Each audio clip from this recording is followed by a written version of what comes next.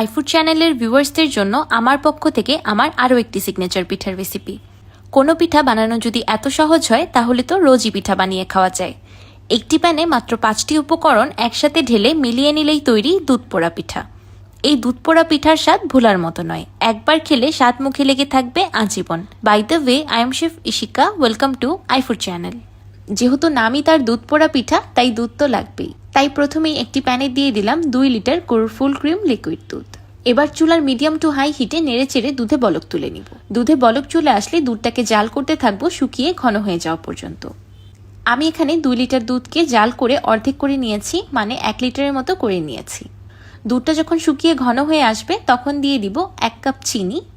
আপনারা ইচ্ছে করলে এখানে চিনির পরিবর্তে গুঁড়ো ব্যবহার করতে পারবেন, কোনো অসুবিধা নেই। দুধটাকে অনবরত নেড়ে চেড়ে তারপর জাল করতে হবে, না হলে তলানিতে লেগে যেতে পারে বা দুধের ক্রিমগুলো তলানিতে বসে যেতে পারে। এবার আমি জাল করে রাখা দুধটাকে একটি ননস্টিক হানিকম প্যানে ট্রান্সফার করে নিচ্ছি। আমি আগে থেকেই একটি চালের পেস্ট রেডি করে রেখেছিলাম। আমি 1/2 কাপ আতপ চাল আর 1/2 কাপ চিনি গুঁড়া পোলাওয়ের চাল 1 ঘন্টার মতো পানিতে ভিজিয়ে রেখেছিলাম। যখন চালগুলো খুব ভালোভাবে নরম হয়ে গিয়েছে তখন চালের পানিগুলোকে সম্পূর্ণ ছেঁকে ফেলে দিয়েছি। তারপর 1/2 কাপ পানি অ্যাড করে ব্লেন্ডারে খুব ভালোভাবে ব্লেন্ড করে পেস্ট করে নিয়েছি। এবার আমি 2 চালের মিশ্রণে তৈরি এই চালের পেস্টটা দুধে অ্যাড করে দিব। এই সময় কিন্তু চুলার ফ্লেমটা অফ আছে। আমি সবগুলো উপকরণ দুধের সাথে একবারে মিশিয়ে নিয়ে তারপর চুলার ফ্লেমটাকে অন করব। এবার একটি উইক্সের সাহায্যে চালের পেস্টটাকে দুধের সাথে খুব ভালোভাবে মিশিয়ে নিব। খুব ভালো করে মিশিয়ে নিতে হবে যেন কোনো রকম ক্লাম্পস না থাকে। এবার একটি বাটিতে নিয়ে নিয়েছি 1 কাপ নারিকেল বাটা। আমি কোরানো নারিকেল ব্লেন্ডারে ব্লেন্ড করে খুব ভালোভাবে পেস্ট করে নিয়েছি। আপনারা ইচ্ছে করলে এই দুটো পেস্টই পাটায় বেটেও করতে পারবেন, কোনো অসুবিধা নেই। নারিকেল ব্লেন্ড করার সময়ও আমি পরিমাণ মতো অল্প একটু পানি ব্যবহার করেছিলাম। এবার দুধে দিয়ে দিচ্ছি নারিকেল বাটা। এবার উইক্সের সাহায্যে নারিকেল বাটাটাকেও দুধের সাথে খুব ভালোভাবে মিশিয়ে নিব। এবার চুলার ফ্লেমটাকে অন করে দিয়ে চুলার মিডিয়াম টু লো হিটে মিশ্রণটাকে রান্না করতে থাকবো। মিশ্রণটাকে অনবরত নেড়েচেড়ে রান্না করতে হবে, না হলে তলানিতে লেগে যেতে পারে। যেহেতু দুধে চালের পেস্ট আর নারিকেল বাটা অ্যাড করা হয়েছে তাই মিশ্রণটা কিছুক্ষণের মধ্যেই ঘন হয়ে আসবে। এই সময় নাড়া থামানো যাবে না আর চুলার ফ্লেমটাকে বাড়ানো যাবে না, তাহলে দলা পাকিয়ে যেতে পারে বা তলানিতে লেগে যেতে পারে। আমি একটি বাটিতে 100 গ্রাম বা 10টার মতো মেটজুল খেজুর নিয়ে নিয়েছি। আমি খেজুরগুলোর ভিতর থেকে দানাটা বের করে খেজুরগুলোকে খুব ছোট ছোট করে কেটে নিয়েছি। আমি কাছ থেকে দেখিয়ে দিচ্ছি যে আমি খেজুরগুলো কিভাবে কেটেছি। এবার কেটে রাখা খেজুরগুলো পিঠার মিশ্রণে অ্যাড করে দিব। এই মেটজুল খেজুরটা কিছুটা শক্ত ধরনের হয়। এই পিঠাটা তৈরিতে শক্ত ধরনের খেজুরটা ব্যবহার করাই ভালো, তাই আমি আপনাদেরকে রেকমেন্ড করব শক্ত খেজুরটা ব্যবহার করতে। তারপরও আপনারা ইচ্ছে করলে নরম খেজুরটা ব্যবহার করতে পারবেন। আর আপনারা যদি হাতের কাছে খুরমা পান তাহলে তো আরও ভালো, আপনারা এখানে খুরমাও ব্যবহার করতে পারবেন।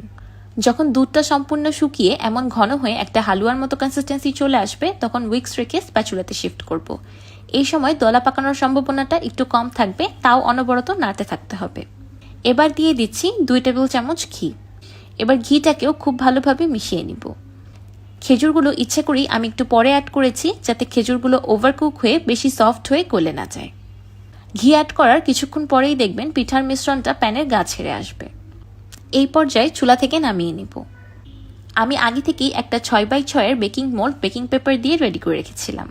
আমি মোল্ডের নিচের অংশে প্লাস সাইডে ঘি ব্রাশ করে রেখেছি।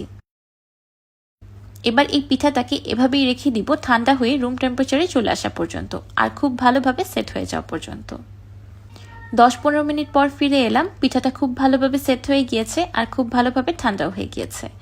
দেখতেই পারছেন পিঠার সাইডটা নিজে থেকেই ছেড়ে দিয়েছে। আমি একটি বড় ফ্রাইং প্যানের উপর একটি বেকিং পেপার নিয়ে নিয়েছি। এবার পিঠাটাকে এই ফ্রাইং প্যানের উপর ডিমোল্ড করে নিব। সবার ঘরে ঘরে থাকা সামান্য কিছু উপকরণে এত অল্প খরচে আর অল্প সময়ে যদি এত মজাদার পিঠা বানানো যায় তাহলে আর কি লাগে। এবার চুলার একদম লো হিটে প্যানটাকে চুলায় বসিয়ে দিব। আমার কাছে এই প্যানের সাইজের এত বড় কোনো ঢাকনা অ্যাভেলেবেল নেই, তাই আমি রাইস কুকারের কুকিং পট দিয়ে পিঠাটাকে কভার করে দিলাম। এবার চুলার একদম লো হিটে পিঠাটাকে বেক হতে রেখে দিব 1 ঘন্টার মতো।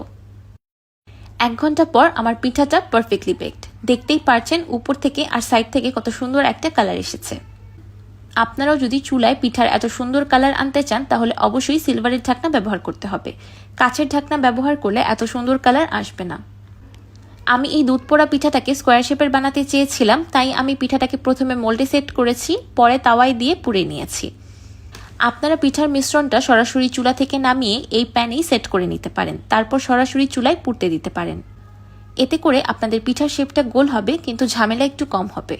আর আপনাদের বাসায় যদি স্কোয়ার শেপের প্যান অ্যাভেলেবেল থাকে তাহলে তো কোনো কথাই নেই, আপনারা প্যানেই ডাইরেক্ট এই স্কোয়ার শেপের পিঠাটা তৈরি করতে পারবেন। এবার আমি আমার পছন্দ মতো করে পিঠাটা কেটে নিচ্ছি। আমার কাটা দেখেই বুঝতে পারছেন দুধ পোড়া পিঠাটা ভিতর থেকে কতটা বেশি সফট হয়েছে। তো তৈরি হয়ে গেল খেজুরের স্বাদের দুধ পোড়া পিঠা। এত সফট, নরম, তুলতুলে আর জিগলি যে মুখে দেওয়ার সাথে সাথেই পিঠাটা একদম গলে যাবে। এবার আমি একটি পিঠা ভেঙে দেখাচ্ছি যে ভিতর থেকে কেমন হয়েছে। দেখতেই পারছেন মাশাআল্লাহ, ভিতর থেকে পিঠাটা একদম মাখনের মতো হয়েছে। আর পিঠাটার ঘ্রাণের কথা কি বলবো, পিঠাটা তৈরি করার সময় এটার ঘ্রাণেই পাগল হয়ে যাবেন। পিঠাটা তৈরি করার সময় এত দারুণ একটা মিষ্টি একটা ঘ্রাণ চারিদিকে মৌ মৌ করে, যেটা বলে বোঝানোর মতো না। আমার আজকের এই স্বাদে ঘ্রাণে অতুলনীয় ইউনিক সিগনেচার দুধ পোড়া পিঠার রেসিপিটি আপনাদের কাছে কেমন লাগলো আমাকে অবশ্যই কমেন্ট করে জানাবেন। ভিডিওটি ভালো লাগলে একটি লাইক দিবেন আর আমার চ্যানেল সাবস্ক্রাইব করে আমার চ্যানেলের পাশেই থাকবেন। আল্লাহ হাফেজ।